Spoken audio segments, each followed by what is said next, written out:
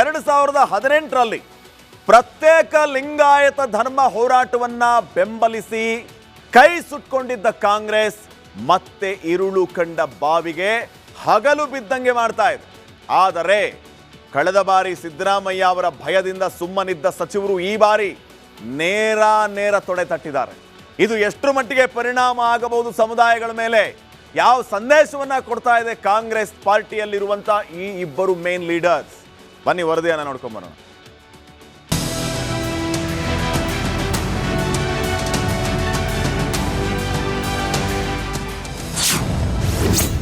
ಮತ್ತೆ ಧರ್ಮ ಸಂಕಟದಲ್ಲಿ ಸಿಲುಕಿದ್ರ ಸಿದ್ದರಾಮಯ್ಯ. ಜಾತಿಗಣತಿ ಜ್ವಾಲೆಯ ನಡುವೆ ಪ್ರತ್ಯೇಕ ಧರ್ಮದ ಕಿಚ್ಚು. ಕರ್ನಾಟಕದಲ್ಲಿ ಸಿದ್ದರಾಮಯ್ಯ ಸರ್ಕಾರ ಅಧಿಕಾರಕ್ಕೆ ಬಂದಾಗಲೆಲ್ಲ ಧರ್ಮ ಸಂಗ್ರಾಮದ ಕಿಚ್ಚು ಸಹ ಜೋರಾಗಿಯೇ ಸದ್ದು ಮಾಡುತ್ತದೆ. ಕಳೆದ ಬಾರಿ ಅಂದರೆ 2013ರಿಂದ 2018ರ ಅವಧಿಯಲ್ಲೂ ಸಹ ಜಾತಿ ಜನಗಣತಿ ಮತ್ತು ಲಿಂಗಾಯತ ಪ್ರತ್ಯೇಕ ಧರ್ಮದ ಹೋರಾಟಗಳು ರಾಜ್ಯ ರಾಜಕೀಯದಲ್ಲಿ ಕಿಚ್ಚು ಹಚ್ಚಿತು. ಇದೀಗ 2025ರಲ್ಲೂ ಮತ್ತೆ ಅದೇ ವಿಚಾರಗಳು ಮುನ್ನೆಲೆಗೆ ಬಂದಿವೆ.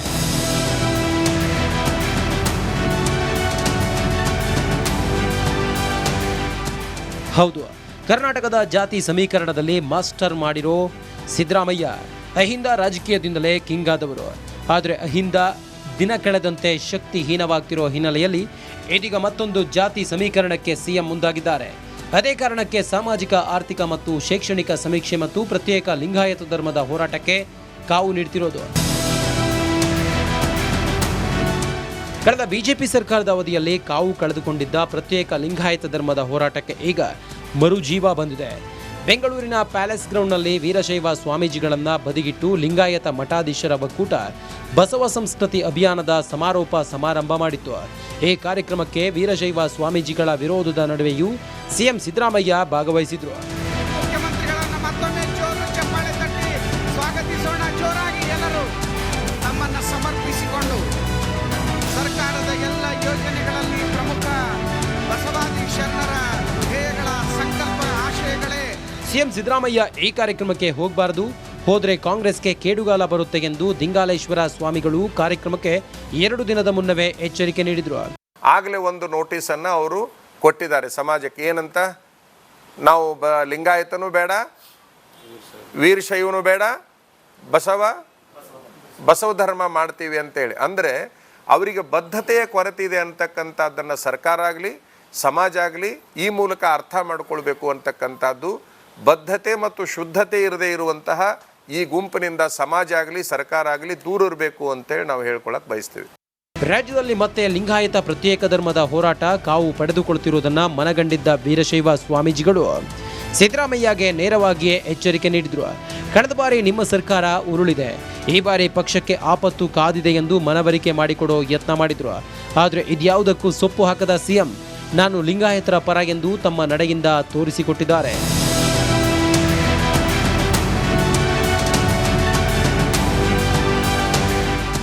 ಮೊದಲೇ ಜಾತಿ ಗಣತಿಯಿಂದ ಸಮುದಾಯವನ್ನ ಒಡೆಯಲಾಗ್ತಿದೆ ಎಂದು ಕೆರಳಿದ್ದ ವೀರಶೈವ ಸಮಾಜ ಇದೀಗ ಪ್ರತ್ಯೇಕ ಲಿಂಗಾಯತ ಧರ್ಮದ ಹೋರಾಟದಿಂದಾಗಿ ರಾಜ್ಯ ಸರ್ಕಾರದ ವಿರುದ್ಧ ನಿಗಿ ಕೆಂಡ ಕಾರ್ತಿದೆ. Political bureau, republic Kannada. 2018ರಲ್ಲಿ ಪ್ರತ್ಯೇಕ ಲಿಂಗಾಯತ ಧರ್ಮ ಹೋರಾಟವನ್ನ ಬೆಂಬಲಿಸಿ ಕೈ ಸುಟ್ಕೊಂಡಿದ್ದ ಕಾಂಗ್ರೆಸ್ ಮತ್ತೆ ಇರುಳು ಕಂಡ ಬಾವಿಗೆ ಹಗಲು ಬಿದ್ದಂಗೆ ಮಾಡ್ತಾ ಇದೆ. ಆದರೆ ಕಳೆದ ಬಾರಿ ಸಿದ್ದರಾಮಯ್ಯ ಅವರ ಭಯದಿಂದ ಸುಮ್ಮನಿದ್ದ ಸಚಿವರು ಈ ಬಾರಿ ನೇರ ತೊಡೆ ತಟ್ಟಿದ್ದಾರೆ. ಇದು ಎಷ್ಟರ ಮಟ್ಟಿಗೆ ಪರಿಣಾಮ ಆಗಬಹುದು ಸಮುದಾಯಗಳ ಮೇಲೆ, ಯಾವ ಸಂದೇಶವನ್ನ ಕೊಡ್ತಾ ಇದೆ ಕಾಂಗ್ರೆಸ್ ಪಾರ್ಟಿಯಲ್ಲಿರುವಂತ ಈ ಇಬ್ಬರು ಮೇನ್ ಲೀಡರ್ಸ್? ಬನ್ನಿ ವರದಿಯನ್ನ ನೋಡ್ಕೊಂಡ್ ಬರೋಣ.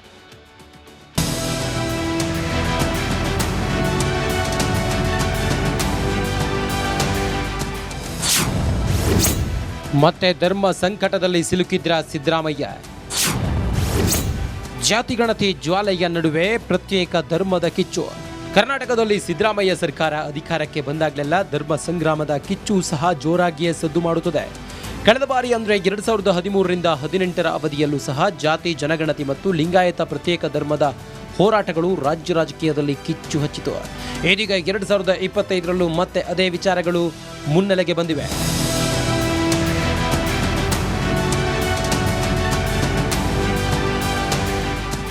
ಹೌದು, ಕರ್ನಾಟಕದ ಜಾತಿ ಸಮೀಕರಣದಲ್ಲಿ ಮಾಸ್ಟರ್ ಮಾಡಿರೋ ಸಿದ್ದರಾಮಯ್ಯ ಅಹಿಂದ ರಾಜಕೀಯದಿಂದಲೇ ಕಿಂಗ್ ಆದವರು.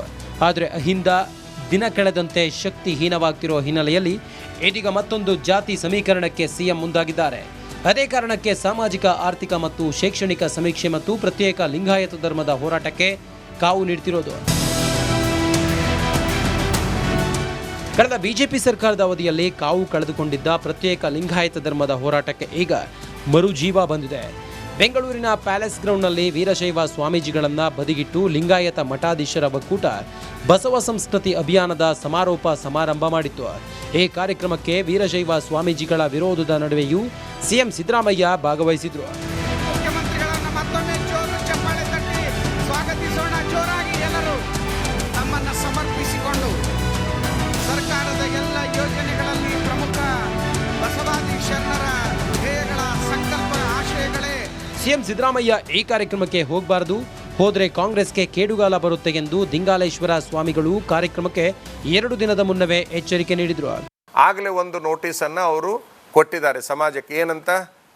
ನಾವು ಲಿಂಗಾಯತನೂ ಬೇಡ, ವೀರಶೈವನೂ ಬೇಡ,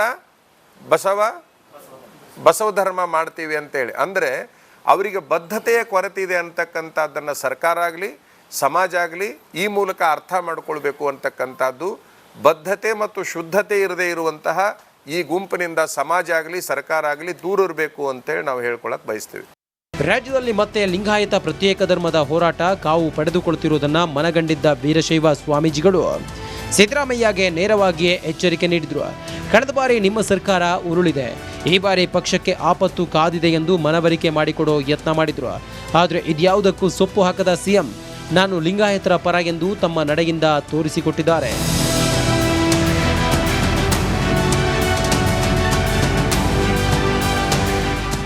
ಮೊದಲೇ ಜಾತಿ ಗಣತಿಯಿಂದ ಸಮುದಾಯವನ್ನ ಒಡೆಯಲಾಗ್ತಿದೆ ಎಂದು ಕೆರಳಿದ್ದ ವೀರಶೈವ ಸಮಾಜ ಇದೀಗ ಪ್ರತ್ಯೇಕ ಲಿಂಗಾಯತ ಧರ್ಮದ ಹೋರಾಟದಿಂದಾಗಿ ರಾಜ್ಯ ಸರ್ಕಾರದ ವಿರುದ್ಧ ನಿಗಿ ಕೆಂಡ ಕಾರ್ತಿದೆ. Political bureau, republic Kannada. 2018ರಲ್ಲಿ ಪ್ರತ್ಯೇಕ ಲಿಂಗಾಯತ ಧರ್ಮ ಹೋರಾಟವನ್ನ ಬೆಂಬಲಿಸಿ ಕೈ ಸುಟ್ಕೊಂಡಿದ್ದ ಕಾಂಗ್ರೆಸ್ ಮತ್ತೆ ಇರುಳು ಕಂಡ ಬಾವಿಗೆ ಹಗಲು ಬಿದ್ದಂಗೆ ಮಾಡ್ತಾ ಇದೆ. ಆದರೆ ಕಳೆದ ಬಾರಿ ಸಿದ್ದರಾಮಯ್ಯ ಅವರ ಭಯದಿಂದ ಸುಮ್ಮನಿದ್ದ ಸಚಿವರು ಈ ಬಾರಿ ನೇರ ತೊಡೆ ತಟ್ಟಿದ್ದಾರೆ. ಇದು ಎಷ್ಟರ ಮಟ್ಟಿಗೆ ಪರಿಣಾಮ ಆಗಬಹುದು ಸಮುದಾಯಗಳ ಮೇಲೆ, ಯಾವ ಸಂದೇಶವನ್ನ ಕೊಡ್ತಾ ಇದೆ ಕಾಂಗ್ರೆಸ್ ಪಾರ್ಟಿಯಲ್ಲಿರುವಂತ ಈ ಇಬ್ಬರು ಮೇನ್ ಲೀಡರ್ಸ್? ಬನ್ನಿ ವರದಿಯನ್ನ ನೋಡ್ಕೊಂಬರೋಣ.